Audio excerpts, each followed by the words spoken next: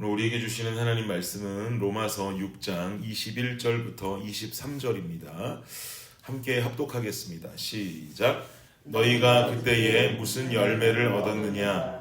이제는 너희가 그 일을 부끄러워하나니 이는 그 마지막이 사망임이라. 그러나 이제는 너희가 죄로부터 해방되고 하나님께 종이 되어 거룩함에 이르는 열매를 맺었으니 그 마지막은 영생이라. 죄의 삭은 사망이요 하나님의 은사는 그리스도 예수 우리 주 안에 있는 영생이니라. 아멘. 아멘.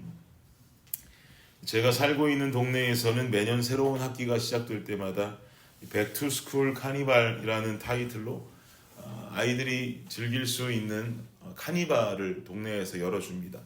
이 커뮤니티 공원에 놀이기구들이 채워지고 또 그날은 아이스크림 차도 오고 솜사탕을 만들어주는 사람도 오고 아이들이 좋아할 만한 것들로 그 동네 공원이 꽉 채워집니다. 그날은 아이스크림도 공짜고 솜사탕도 공짜입니다.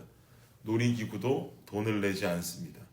그래서 우리 집 아이들은 그 카니발을 참석할 때마다 이 모든 것을 공짜로 해주는 이 카니발이 참 최고다라고 이구동성으로 말합니다. 그런데 사실 세상에 공짜는 없죠. 사실 이 카니발도 생각해보면 당연히 공짜는 아닐 것입니다. 매달 동네 HOA에 내고 있는 돈이 분명히 있고 모든 가구들마다 이 금액을 내고 있으니 이 금액이 기반이 되어서 예산이 되고 또 이 예산으로 치르는 행사가 될 것이기 때문에 엄연히 따지면 이 카니발에서 공짜로 해주는 것도 공짜라고 볼 수는 없죠. 세상에 모든 일에는 다 그만한 대가가 따르고 참 공짜가 없다라는 말을 우리도 삶을 살면서 많이 이야기하며 살아가게 됩니다. 오늘 본문 마지막 절 보니까 죄의 삭은 사망이다 라고 말씀이 기록되어져 있습니다. 죄에 대한 사망의 대가, 이것은 기독교 교리에 있어서 아주 중요한 명제가 되는 거죠. 죄의 대가가 사망이다. 이것에 대한 대가도 분명히 지금 있다는 것이에요.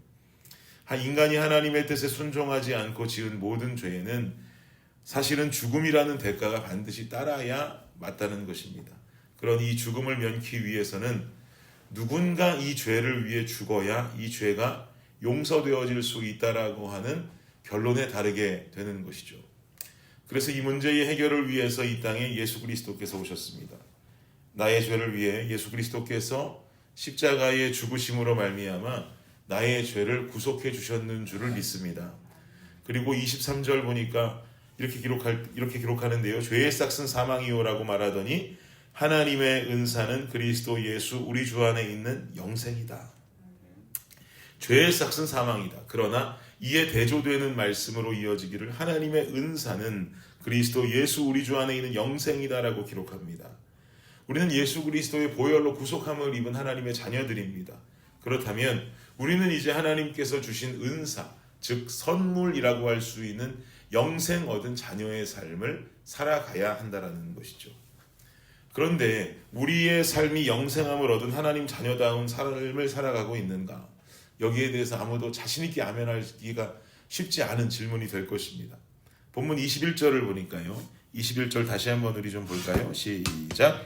너희가 그때에 무슨 열매를 얻었느냐? 이제는 너희가 그 일을 부끄러워하나니 이는 그 마지막이 사망임이라.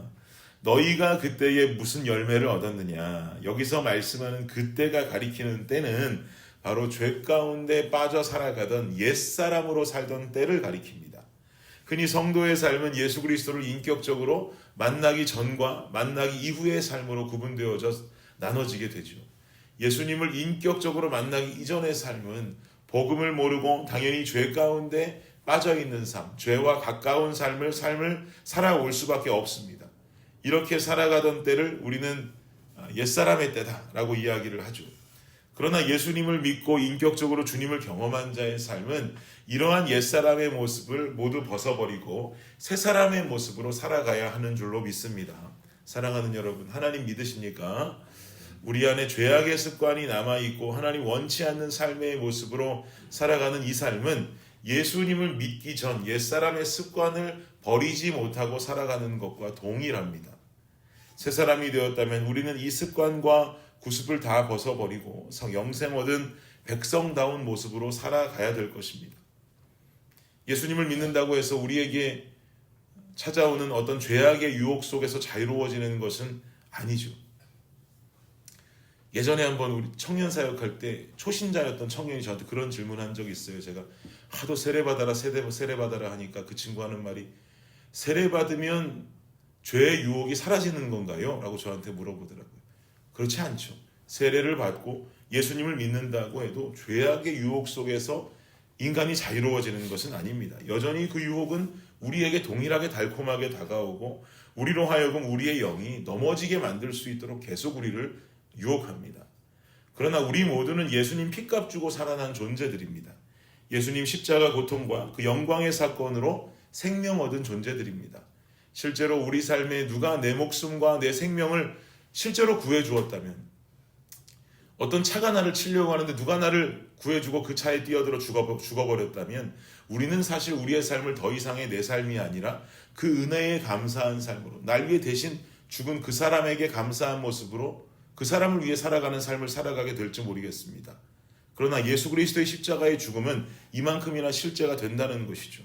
그분이 날 위해 죽으신 실제의 사건이 되어지고 있는 것이고, 또한 성경은 말하기를 죄의 싹은 사망인데 오히려 우리는 예수님의 은혜로 영생 입은 삶을 현재 살아가고 있노라면 우리는 도대체 무엇을 위해, 우리는 도대체 누구를 위해 우리의 삶을 살아야 하는 것일까요?